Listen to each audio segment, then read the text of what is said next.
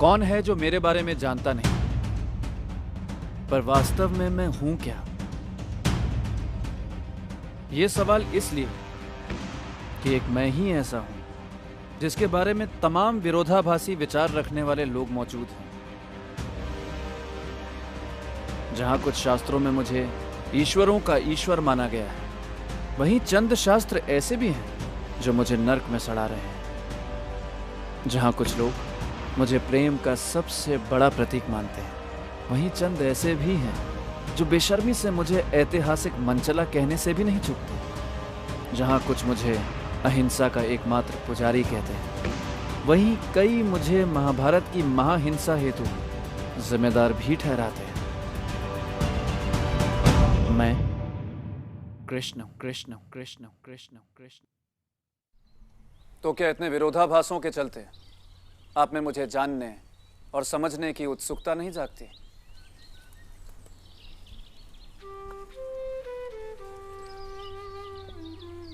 यह सवाल इसलिए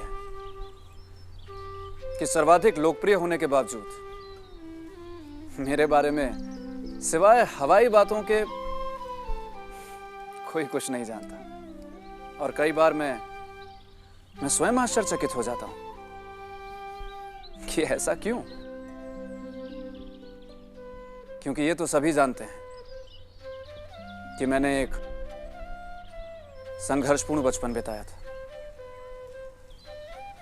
फिर मैं इस द्वारका जैसी नगरी का राजा कब, वो कैसे बना? सब जानते हैं कि मुझे राधा से कितना प्यार था।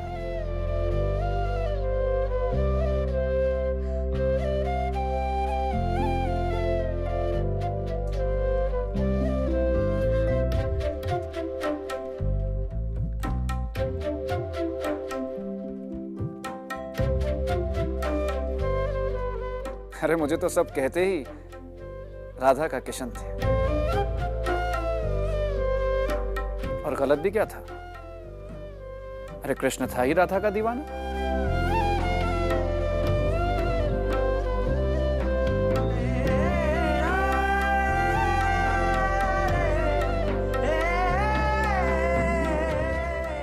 फिर क्यों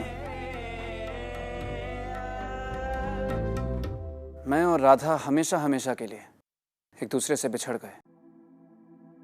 क्यों कोई ये सब जानना और समझना नहीं चाहता? जब देखो बात मेरे हसीन जीवन की ही करी जाती है। जबकि मेरा बचपन ही नहीं, पूरा जीवन मौत के साए में कटा था। पर मैं था। भला मौत की क्या बिसात जो मेरी मर्जी के बगैर मुझे छू तक पाए। मेरी संघर्ष क्षमता की चर्चा क्यों नहीं होती, जबकि मेरा पूरा बचपन आर्थिक संकटों से जूझते जूझते गुजरा। पूरा जीवन मौत को मात देते देते बीता। और तरह तरह के इल्जाम तो मुझ पर जीवन भर लगाए जाते रहे। द्रौपदी ने अपने पुत्रों के मौत का जिम्मेदार मुझे ठहराया, तो गांधारी ने भी अपने पुत्रों की मौत हेतु मुझे ही जिम्मेदार ठहराया। यहां तक कि मेरी प्यारी पत्नी सत्यभामा ने भी मुझ पर अपने पिता सत्राजीत की मणि चुराने का आरोप लगाया। और मेरे सबसे अजीज मेरे भाई बलराम ने भी मुझ पर 6 मन तक मणि चुराने व उस हेतु एक मासूम शतधन्वा की हत्या का आरोप लगाया। वही जीवन की बात करूं तो उसने भी तरह तरह के खेल दिखाने में कभी कोई कमी नहीं रखी। मेरे पहले पुत्र प्रद्युम्न का पैदा होते ही शम्रासुर नामक राक्षस ने अपहरण कर लिया। और जब वो लौटा भी तो अपने से उम्र में काफी बड़ी, वो भी एक राक्षसी मायावती के साथ। और क्या कहूं, मेरे ना जाने कितने पुत्र व पौत्र मेरी ही आंखों के सामने लड़ते लड़ते मारे गए। और द्वारकावासियों का यही संघर्ष यादवस्थली के नाम से मशहूर है। तभी तो मैं कहता हूं, भले ही मैं सबसे ज्यादा लोकप्रिय हूं, परंतु उसका फायदा क्या? ना तो आप मेरे संघर्षपूर्ण जीवन के बारे में जानते हैं और ना ही मेरे व्यक्तित्व के बारे में कुछ जानते हैं। खैर, इनमें से कोई भी संकट कभी भी मेरे चेहरे की मुस्कुराहट नहीं छीन पाया। और संघर्षों की बात करूं तो जीवन के हर संघर्ष पर मैंने विजय पाई, फिर चाहे वो सामाजिक हो, पारिवारिक हो, आर्थिक हो या फिर मानसिक। तभी तो मुझे जय श्री कृष्ण कहते हैं।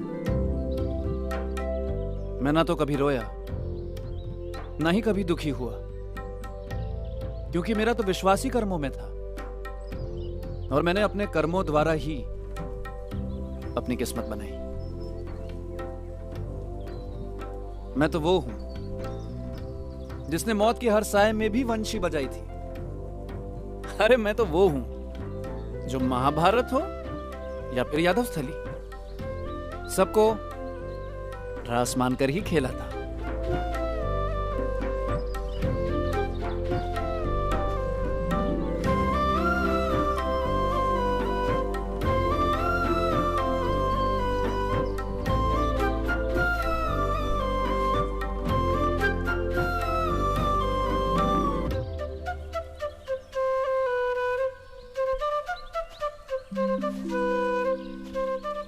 मैं एक विजेता था और एक ऐसा ऐतिहासिक विजेता जैसा कोई कभी नहीं हुआ।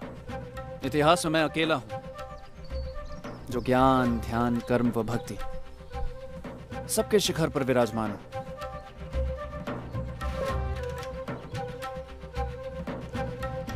मैं पहला हूं जिसने इंद्र पूजा रुकवाकर अंधविश्वास के खिलाफ आवाज उठाई। मैं पहला हूं जो राजपुत्र ना होने के बावजूद राजा बना। मैं पहला हूं जिसने हर कार्य में स्त्रियों को भी भागीदार बनाया। मैं मनोविज्ञान का सरताज हूं और मेरी कही भगवत गीता इसका जीता जागता सबूत है।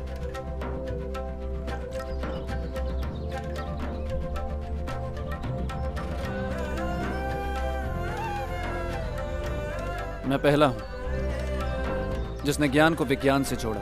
मैं पहला हूं जिसने मन, जीवन तथा प्रकृति के नियमों की चर्चा की।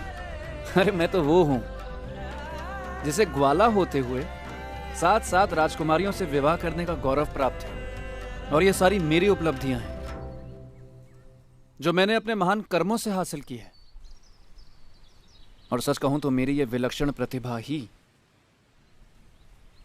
मेरा वास्तविक परिचय है। मेरा मन हो, मेरा जीवन या फिर मेरी कही भगवत गीता, उससे ज्यादा मूल्यवान मनुष्य के पास और कुछ नहीं है। और आप भी थोड़े ही जंगलों में भागना चाहते हैं या भिक्षा मांगकर जीना चाहते हैं। अरे आप भी मेरी तरह एक सफल, वैभव से भरा और शौकपूर्ण जीवन जीना चाहते हैं। संकट व संघर्ष वो तो जीवन के नियम